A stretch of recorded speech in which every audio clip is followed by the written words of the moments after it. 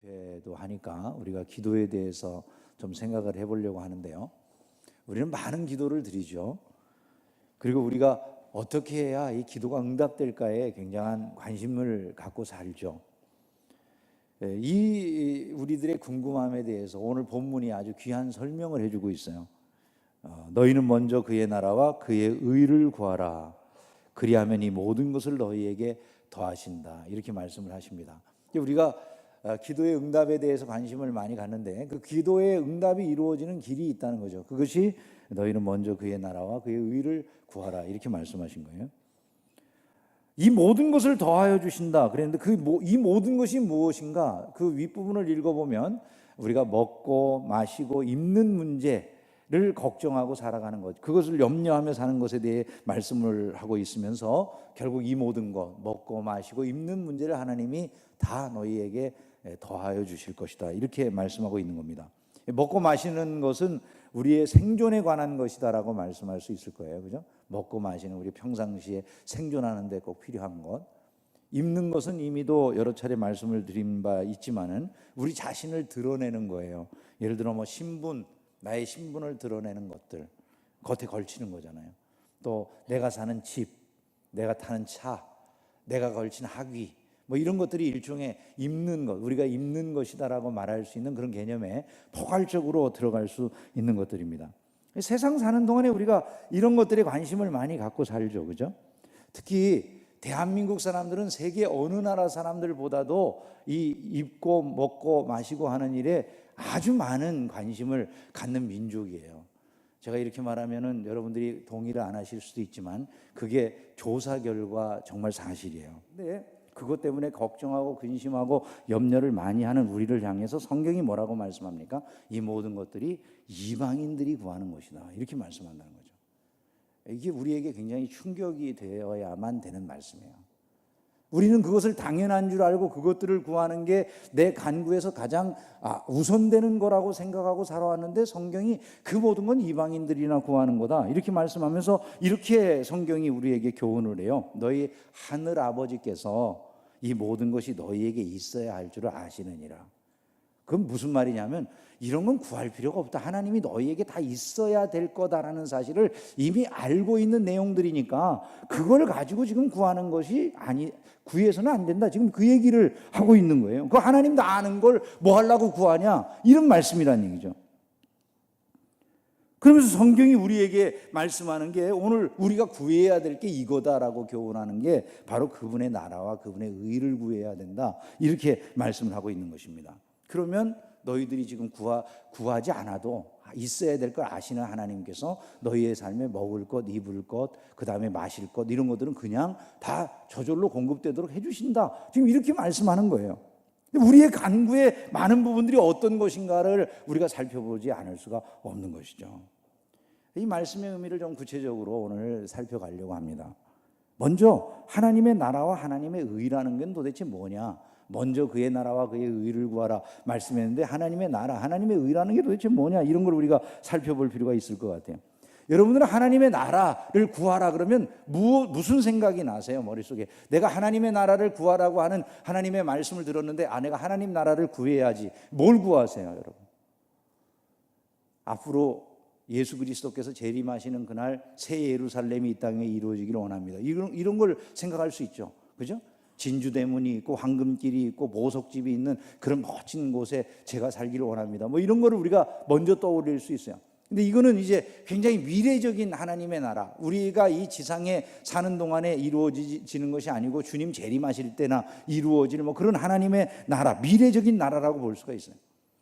근데 하나님의 나라가 그런 나라인데 그거를 우리가 구하라고 주께서 말씀하셨을까? 그런 얘기는 아니에요. 성경이 우리에게 하나님의 나라와 그 의를 구하라고 말씀할 때 그 하나님의 나라는 매우 현재적인 우리의 삶 속에서 필요한 것들을 날마다, 왜냐하면 성경이 우리에게 일용할 양식을 구하라고 말하는 걸 보면 매일매일 필요한 것들을 우리가 구하는 거잖아요, 그죠? 기도라고 하는 게 먼 미래의 일만을 구하는 게 아니고, 그러니까 내가 오늘을 살아간 나의 삶의 현장 속에서 하나님의 나라를 구하는 걸 말하는 거거든요. 하나님의 나라는 성경이 말씀하는 바를 보면 그렇게 미래적인 나라만 있는 게 아니에요. 하나님의 나라에 대해 성경이 말씀하는 건 하나님의 나라가 매우 현재적이라는 거예요. 마태복음 12장 28절에 보면 이렇게 되어 있어요. 내가 하나님의 성령을 힘입어 귀신을 쫓아내는 것이면, 같이 읽어봅니다. 하나님의 나라가 이미 너희에게 임하였느니라. 자, 하나님의 나라가 이미 너희에게 임하였느니라. 이거는 지금 임해 있다는 겁니까? 아니면 임할 것이다라는 얘기입니까? 임하여 있다라고 하는 말이에요. 그러니까 하나님 나라가 미래적이라고 생각을 하는데 미래적이 아니란 말이에요. 지금 이때는 거예요. 바리새인들이 하나님의 나라가 어느 때에 임하나이까 묻거늘 예수께서 대답하여 이르시되 하나님의 나라는 볼 수 있게 임하는 것이 아니요 또 여기 있다 저기 있다고도 못하리니 하나님의 나라는 너희 안에 있느니라. 이렇게 말씀했어요. 있느니라라고 하는 그 표현은 지금 이때는 겁니까? 나중에 있을 거라는 얘기입니까? 지금 이때는 얘기예요. 그러니까 하나님의 나라가 우리는 먼 미래에 임할 그런 나라로만 생각하기 쉽지만 성경이 말씀하고 있는 하나님 나라의 개념 자체는 그렇지가 않다라는 거예요. 그러면서 로마서 14장 17절 말씀에 보면 하나님의 나라는 먹는 것과 마시는 것이 아니요 오직 성령 안에 있는 의와 평강과 희락이니라. 이렇게 말씀을 했어요. 그 하나님의 나라가 뭐냐 하면 성령 안에서 우리가 의롭게 살아가고 그 성령 안에서 기쁨을 느끼고 그 다음에 평화를 누리며 살아가는 이런 삶이 바로 하나님의 나라다. 이렇게 말씀하고 있다는 것이죠. 하나님의 나라는 우리 하나님의 백성들이 하나님의 통치를 받아서 성령 안에 살아가며 그 성령 안에서 의롭게 평화롭게 그리고 기뻐하면서 살아가는 게 하나님의 나라다. 이렇게 말씀했어요. 우리가 만약에 하나님 나라를 구한다면 어떻게 기도를 해야 된다는 거예요? 하나님, 제가 성령 충만한 가운데 의로운 삶을 살아갈 수 있도록 인도하옵소서. 또 하나님, 제가 성령 충만한 가운데 이 혼탁한 세상 한가운데서도 기쁨을 놓치지 않게 하옵소서. 아니면 하나님, 제가 이 땅에 평화를 이루는 자로 존재하게 하옵소서. 만약에 이런 기도를 한다면 그게 바로 하나님 나라를 위한 기도다. 이런 말씀이 되는 거예요. 그 나라의 의를 구하라. 의를 구한다는 건 뭡니까, 여러분? 의라고 하는 것은 본래 선과 한짝이죠, 그죠? 뭐 이해가 되고 있는 거예요. 예, 의는 선과 한짝이에요. 죄는 악과 한짝이에요. 죄와 악이 함께하고 선과 의가 함께하는 거예요. 의와 선이. 근데 자, 그의 나라와 그의 의를 구하라. 그러니까 의를 구한다라고 하는 것은 선하게 살 것에 대해서 항상 생각하고 그것을 구해야 된다. 이런 말씀이에요. 그럼 의의 반대를 불이라고 하면 불이한 게 뭔가를 보면 선이라고 하는 건 뭔지가 드러나겠죠. 그죠? 성경이 불의에 대해서 이렇게 표현을 했어요. 고린도전서 6장 9절부터 10절에 보면 불의한 자가 하나님의 나라를 유업으로 받지 못할 줄을 알지 못하느냐. 같이 읽어봅니다. 미혹을 받지 말라. 음행하는 자나 우상 숭배하는 자나 간음하는 자나 탐색하는 자나 남색하는 자나 도적이나 탐욕을 부리는 자나 술 취하는 자나 모욕하는 자나 속여 빼앗는 자들은 하나님의 나라를 유업으로 받지 못하리라. 이렇게 말씀을 했어요. 지금 이 불의라고 하는 것을 우리가 보면 불의라는 게 음행, 우상숭배, 간음, 탐색, 남색, 도적질, 탐욕, 술 취하고 모욕하고 그리고 속여서 빼앗는 이런 삶을 사는 게 바로 이 불의한 삶이니까 의로운 삶이라는 건 그와 반대로 살아가는 것을 의미한다. 이렇게 생각할 수가 있는 거예요. 결국 하나님의 나라가 임하기를 위해서 기도하고 그의 의를 구한다라고 하는 말은 포괄적으로 보면 이런 거죠. 하나님의 통치를 받아 하나님의 백성들이 살아가면서 성령 충만한 가운데 의로운 일을 추구하고 그 가운데에서 이 땅 위에 평화를 이루고 그 다음에 기쁨을 누리는 삶을 살아가는 것. 이것이 바로 우리 신자들이 구해야 될 그런 하나님 나라의 모습이구나. 그리고 그것이 바로 그의 나라와 그의 의를 구하는 거구나. 이것을 우리가 알 수가 있어요. 그런데 자, 여러분 이런 걸 생각해 보세요. 그의 의를 구하는 삶이 결국 하나님의 통치를 받는다 삶이고 결국 그 하나님의 통치를 받는다라고 하는 것은 하나님이 말씀하고 명령하신 대로 사는 것을 의미하는 거예요. 믿습니까, 여러분? 하나님의 명령대로 선하게 살아간다는 것은 불법을 저지르지 아니하고 하나님이 명령하신 대로 살아가는 것을 의미하는 거예요. 그러면 하나님의 모든 명령과 계명이라고 하는 건 어디에 있습니까? 성경에 있는 거죠, 그죠? 성경에 있는 거예요. 근데 이 성경의 모든 말씀, 계명들을 이제 줄이면은 뭐가 됩니까? 성경에 있는 그 많은 계명들을 줄이면 10개가 돼요. 그죠? 이렇게 다 가르쳐 줘야 돼. 10개가 되면 그걸 우리가 뭐라고 그래요? 10계명이라고 그래요. 그 10계명을 또 줄여가지고 2개의 계명으로 만들 수 있어요. 그 2개의 계명이 뭐가 되죠? 하나님 사랑, 이웃 사랑이 되는 거예요. 그래서 마태복음 22장 36절 이하에 보면 선생님 율법 중에서 어떤 계명이 크니까 이런 물음에 대해 예수님의 대답이 나와 있어요. 예수께서 이르시되 내 마음을 다하고 목숨을 다하고 뜻을 다하여 주 너의 하나님을 사랑하라 하셨으니 이것이 크고 첫째 되는 계명이요 둘째도 그와 같으니 내 이웃을 내 자신같이 사랑하라 하셨으니 이 2 계명이 온 율법과 선지자의 강령이니라 이렇게 말씀합니다. 강령이 무슨 뜻입니까? 강령은 성경이 교훈하는 모든 이야기의 큰 줄거리다 이런 뜻이에요. 성경이 이야기하는 모든 내용의 큰 줄거리가 바로 이것이 즉 하나님을 사랑하고 내 이웃을 내 몸과 같이 사랑하라고 하는 그런 내용이 성경이 우리에게 교훈하는 가장 큰 이야기의 줄거리다 그런 얘기예요. 그래서 기독교를 사랑의 종교라고 말하는 겁니다. 왜냐하면 우리가 구하는 모든 것들이 결국 여기에 집중이 되기 때문에 하나님의 나라와 의를 구하라고 하는 것은 결국 어디로 옵니까? 우리가 이 땅 위에서 하나님을 사랑하기를 구하는 거예요. 그리고 내 이웃을 내 몸과 같이 사랑할 수 있는 자가 되기를 구하는 것이다라고 말을 하게 되는 거예요. 그게 결론 부분이 되는 거예요. 우리가 하나님의 나라와 그의 의를 구하라라는 말을 들었을 때 굉장히 뜬구름 잡는 것 같이 이렇게 생각할 수 있지만 그것의 실질적인 명령은 네가 하나님을 사랑하는 자가 돼야 된다. 그리고 내 이웃을 내 몸과 같이 삶의 현장 속에서 사랑하는 사람이 돼야 된다. 그것을 위해서 기도하라 이렇게 말씀하고 있는 것이죠. 사도 요한은 그래서 이런 말씀을 하고 있습니다. 이러므로 하나님의 자녀들과 마귀의 자녀들이 드러나나니 하나님의 자녀하고 마귀의 자녀가 뚜렷하게 나누어져요. 어디서? 무릇 의를 행하지 아니하는 자나 또는 그 형제를 사랑하지 아니하는 자는 하나님께 속하지 아니하였느니라. 즉 의를 행하는 자와 형제를 사랑하는 자가 똑같이 등장을 하는 거예요. 우리가 의를 행한다면 그것은 형제를 사랑하는 것으로 나타나게 되는 것이다. 그러므로 우리가 구해야 될 게 무엇입니까? 하나님 사랑하는 자가 되게 하옵소서. 내 이웃을 내 몸과 같이 사랑하는 자가 되게 하옵소서. 이게 우리가 실제로는 그 나라와 그의 의를 구하는 것이 되고 그런 구함 속에서 하나님께서 이 모든 것을 너희에게 더하시리라는 약속이 우리의 삶에 이루어진다는 거예요. 그런데 사랑하자는 말을 이제 들었으니까 다 결론이 난 것 같지만 여러분 사랑이라는 거 어떻게 하는 게 사랑이에요? 우리 각자 나름대로 다 사랑을 정의하고 있을 수 있어요. 자기 나름대로의 사랑이 많아. 예를 들어서 남자끼리 사랑하는 게 남색이죠, 그죠? 그 남색이라고 하는 걸 하면서 자기네들이 남자끼리 사랑하는 사람들이 우리 서로 사랑해요. 우리 사랑 아름다운 대로 내버려 두세요. 이러고 살아, 자기네들이. 그러면 그 사랑이 성경이 아름답다고 합니까? 성경은 그런 걸 사랑이라고 말하지 않습니다. 오히려 불의한 일이다라고 아까 우리가 분명히 읽었잖아요, 그죠? 그 성경은 그것을 불의한 일이라고 말씀하지 사랑이라고 말을 하지 않는다. 의에 속한 일이라고 아예 말을 하지 않는 거예요. 사랑에 대한 많은 이야기가 있지만 성경이 말하고 있는 사랑이 뭐냐? 이걸 우리가 정의를 정확하게 해놓을 필요가 있어요.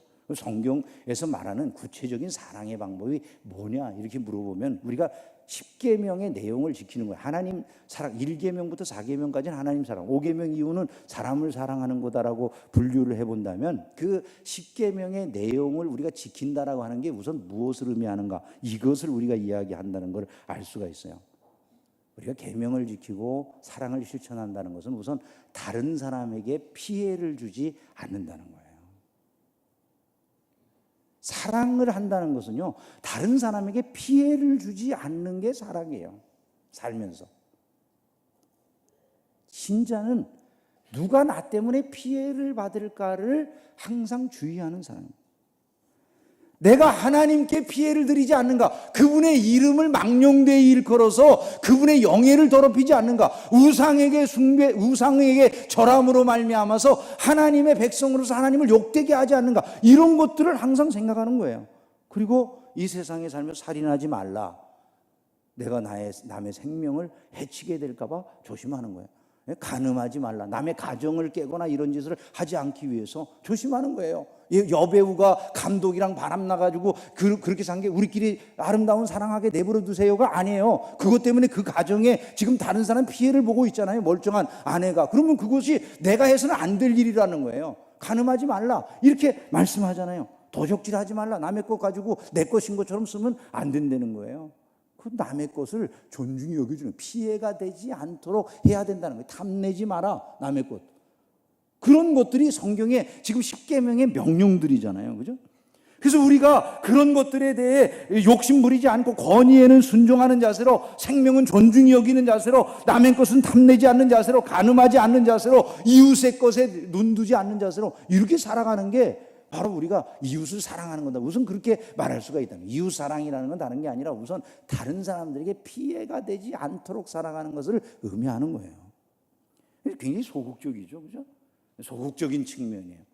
그러나 이 계명에는 굉장히 적극적인 측면이 없는 게 아니에요. 적극적인 측면이 그 계명 안에 담겨져 있는 거예요. 소극적으로는 뭐든지 우리가 이러면 안 돼, 저러면 안 돼라고 하는 그런 말씀으로 들을 수 있지만, 적극적으로 본다면 내가 지금 간음하지 않는 정도에서 멈추는 게 아니라 내가 이 땅 위에 간음하는 세상으로 변해가는 이 세상에서 건강한 가정을 세우는 일, 그리고 그 건강한 가정을 후원하는 일을 좀 해야 되겠다, 이런 마음을 품는 게, 그게 바로 이 땅 위에 하나님의 나라와 의를 구하는 사랑의 행위를 하는 것이다 그 말이에요. 아니, 이 세상에 가난한 사람들 너무 많은데 내가 그분들의 이익을 증대시키고 그분들의 삶의 질을 높여줘야 되겠다, 만약에 이렇게 생각하는 사람들이 있다면 그 사람들이 남의 것을 도적질하는 데서 그치지, 도적질 않는 데서 그치는 게 아니라 다른 사람들을 돕고 세우는 일들에 적극적으로 나서는 사랑의 실천자들이 되어지고, 그것이 바로 하나님의 나라와 의를 구하는 일이 된다, 이런 말씀이 되는 것입니다. 오늘 한국 사회에 필요한 게 뭔가? 가장 필요한 건 다른 게 아니에요. 이 사랑이라는 것을 잊지 않기를 주님의 이름으로 축원합니다. 이 사회를 세워나가야 될 것은 사랑임을 믿으시기를 주님의 이름으로 축원합니다. 그러면 오늘을 살아가는 우리 크리스찬들이 하나님의 나라와 그 의를 구하며 그분이 우리의 삶의 모든 것을 이루어 주시는 삶을 살려고 하면 구체적으로 어떤 행동들을 취해야 되느냐, 이런 것들을 우리가 좀 살펴봐야 돼요. 먼저 우리는 우리가 구하는 것들에 대해 점검을 해야 돼요. 내가 구하는 게 뭐냐. 이번 우리가 특별 새벽 기도회 하면서도 우리가 구하는 것들이 있지 않겠습니까? 우리가 구하는 것이 온통 먹고 마시고 입는 것, 이런 것들만은 아닌가, 이런 걸 생각하면서 그런 것에서 벗어나려고 해야 된다. 하나님의 나라와 의를 구하는, 또 하나님을 사랑하고 이웃을 사랑하기 위해 기도할 줄 아는 믿음의 사람들이 다 되기를 주의 이름으로 축원합니다. 두 번째로 우리가 해야 될 일은요, 우리가 하나님의 이름을 욕되게 하거나 이웃에게 피해를 주고 있는 것은 없는지를 점검해야 된다는 거예요. 점검해요. 신자의 정신이 늘 그래야 돼요. 최근에 우리 사회에 빚을 탕감해 주는 그런 그 국가적인 프로그램이 지금 진행되고 있죠. 그죠? 그래서 어려운 분들에게 빚을 졌는데도 불구하고 국가가 그걸 탕감해 주는 일들이 있었어요. 많은 분들이 그것 가지고 이제 비판을 하시기도 해요. 도덕적인 해이를 가져다 준다, 사회에. 빚을 줬는데 빚 진 사람이 빚을 안 갚아도 되는 그런 사회가 뭐 정상적인 사회냐. 이 우리 사회의 그 자유 경쟁이라든지 또 자본주의 사회에 맞지 않는 그런 이런 방법이기 때문에 이렇게 잘못된 거다라고 이제 지적하는 분들도 많이 있어요. 근데 저는 이제 뭐 사실 이런 생각을 했어요. 만약에 크리스찬 리더들이 있는데 그 크리스찬 리더들이 사회에서 권력을 잡고 행세를 할 때 뭐 희년의 정신을 받아가지고 누군가의 어려움, 아주 사회에서 정말 자기 힘으로 복귀할 수 없는 사람의 뭐 빚을 탕감해 줄 수 있는 어떤 방법들을 고안해서 국가의 뭐 다른 사람들에게 피해가 되지 않은 범위에서 국가의 여러 부요함을 가지고서 뭐 그분들을 세워줄 수 있는 일들을 할 수 있다면 뭐 저는 우리 기독교인들이 나서서 반대할 일은 아니지 않느냐, 이런 생각이 들어요. 근데 이게 끝이면 안 돼요. 신자의 삶이 여기가 끝이라고 생각하면 안 된다고 말이에요. 신자는 자기 안에서는 이런 생각을 해야 되는 거예요. 만약에 사회에서 높은 자리에 있는 크리스찬들이, 어떤 결정권이 있는 크리스찬들이 사회에 어려운 사람들을 돕기 위해서 그런 결정을 한다, 그거 좀 아름답고 바람직한 일들이 될 수 있지만, 신자 개개인의 마음속에는 내가 남에게 빚을 지고 갚지 않을 때 그가 받을 피해를 생각하는 마음이 있어야 된다는 거예요. 진짜 개인의 마음에는 어떤 생각이 있냐면, 내가 어떤 일이 있어도 홀이라도 그 사람에게 피해가 되지 않도록 이걸 다 갚아야 되겠다는 마음이 있을 때 그게 사랑인 거예요. 그 양자가 같이 가는 거예요. 한쪽에서는 적극적으로 내가 베풀어서 이 사람들의 어려움을 풀어줘야 되겠다는 사랑이 있는가 하면, 만약에 빚을 진 사람의 입장에서는 이거를 홀이라도 남지 않고 다 갚아서 내가 남에게 피해를 주지 않아야 되겠다, 이 마음이 사랑이다 그 말이에요. 그런 마음을 갖지 아니하고 신자들이 그냥 도덕적으로 나는 이거 다 없어도 안 갚아도 되는 거야? 남이 망했어도 나는 회사가 망해가지고 부도가 났는데 나는 챙길 거 다 챙겨가지고 괜찮아. 여러분, 이거는요 신자의 자세가 아니라, 내가 근무하는 회사나 주변 사람들에게 피해를 주고 있지는 않는가를 신자는 생각하는 사람이에요. 길거리를 걸어가도 신자와 불신자가 드러날 수 있어요. 아니 그냥 이 좁은 거리를 가다가 4사람 5사람 그냥 시끄럽게 길을 꽉 막고 지나가. 아니 다른 사람들이 뒤에서 지금 급해가지고 빵빵거려도 비켜주지도 않아. 승질내면서 쳐다봐. 그거 정상이에요 여러분. 남이 지나가는 길에 피해가 되지 않는가를 좀 생각할 줄 알아야 신자다움이에요. 아니 신자는요 길거리를 다니면서 침 뱉거나 휴지를 막 버리지 않아요. 왜냐하면 다른 사람들에게 피해가 되잖아요. 개를 끌고 다니는데 목줄을 해야 되는 거예요. 왜냐하면 목줄을 안 했을 때 나는 이쁘지만 다른 사람들은 두려움을 느낄 수도 있거든요. 작은 개에게도 두려움을 느끼는 사람들은 있을 수 있잖아요. 그를 생각하면 우리는 개 목줄을 해야 되는 거예요. 무슨 하나님의 나라와 의를 구하라고 그러니까 그게 무슨 대단한 일처럼 착각을 하는 경우들이 있어요. 그게 아니에요. 내가 일상에서 다른 사람들에게 피해를 줄까 항상 그것들을 고려하고 피해를 주지 않기 위해서 노력을 하는 거예요. 내가 다른 사람들에게 어떻게 하면 선을 베풀까를 생각하면서 살아가는 거예요. 그것이 신자의 모습임을 잊지 않기를 주님의 이름으로 축원합니다. 근데 여기가 끝이 아니에요. 이게 큰일 났어요. 예배 시간은 짧고. 신자는요 여기서 끝나는 게 아니에요. 더 적극적인 사랑을 실천할 수 있는 은혜를 구하는 자들이 돼야 된다는 거예요. 이게 무슨 말씀입니까? 성경은 우리에게 사랑을 베푸는 자들이 되기를 말씀하고 있지, 수많은 부분에서 이왕이면 사랑을 베푸는 자들이 되라고 말씀하고 있지, 우리가 남의 사랑을 받아먹고만 사는 그런 사람이 되라고 말씀하지 않는다는 거예요. 이왕이면 사랑을 실천하고 많은 사람들을 세워주는 그런 사람들이 되면 좋잖아요. 빈센트 빌 박사라고 하는 사람이 세상을 살아가면서 사람들이 취해야 될 중요한 3가지 태도가 있다고 하면서 이렇게 말해서, 첫째가 크게 생각하라, 둘째가 크게 행동하라, 셋째가 크게 믿으라예요. 아니 이게 여기에서 강조되는 건 크다는 거예요. 이왕 세상을 살아가는데 사람이 마음속에 품어야 될 생각이 째째하게 살아가는 것이 아니라 크게 하나님을 믿는 사람답게 큰 것을 생각하고, 내가 이왕이면 이 세상 속에서 아름다운 기여를 하면서 살아야 되겠다, 이런 의식 가져야 된다는 거예요. 하나님, 제가 공부를 계속할 수 있게 도와주세요. 그 과정에서 제가 배운 많은 지식들이 이웃을 사랑하는 것, 남을 많은 사람들을 행복하게 해주는 것 되게 해주세요. 이렇게 기도하면서 나아가야 된다고 말이에요. 나에게 권세를 주세요. 하나님, 그래서 그 권세로 이 땅에 이렇게 부패한 모든 것들을 좀 없애고 아름답고 멋있는 그런 정치의 모습 제가 보이겠습니다. 이렇게 기도하는 거예요. 갈등과 반복, 이 사회에서 일어나는 이 모든 이 정쟁의 문제들을 좀 잠재워 보겠습니다. 그런 것이 신자의 바람이고 소원이어야 된다는 거예요. 축복하옵소서, 제 직장을, 제 사업을 그것으로 제 겉에 입는 것 꾸미고 살지 않겠습니다. 여러분, 예전부터 크리스찬 마인드는요 2가지예요. 노동하면서 절제하는 거예요. 이게 프로테스탄티즘의 가장 핵심이에요. 열심히 노력해서 많은 걸 축적하지만 그걸 함부로 낭비하지 않는 거예요. 절제하며, 자기의 생활은 절제하며 살아가며 사랑을 실천하는 것이 신자의 모습임을 잊지 않기를 주님의 이름으로 축원합니다. 그때 하나님께서 우리의 모든 먹고 마시고 입는 문제를 책임져 주신다. 성경이 이렇게 말씀했어요. 말씀을 맺겠습니다. 성경은 우리에게 권면합니다. 너희는 먼저 그의 나라와 그의 의를 구하라. 그것이 신자다움이라는 거예요. 신자다움. 그의 나라와 그의 의를 구하는 것의 구체적인 모습은 형제를 사랑하는 모습, 하나님을 사랑하는 모습이다라고 하는 것을 우리는 알아야 돼요. 그건 굉장히 큰 일이 아니에요. 내 일상에서 남에게 피해가 되지 않도록 자신을 절제하는 것이고, 내가 할 수 있는 한 크게 다른 사람들에게 기여할 수 있는 일들이 있다면 정말 남들을 세워주고 행복하게 살아가도록 돕는 일에 나서겠다는 마음을 품는 거예요. 이런 말씀을 무겁게 받는 신자들이 되기를 주의 이름으로 축원합니다. 내일부터 시작되는 특별 새벽 기도에 우리의 간구가 이런 내용들이 되는 가운데 하나님의 은혜와 축복을 크게 누리는 성도들 다 되시기를 주님의 이름으로 축원합니다. 기도하겠습니다.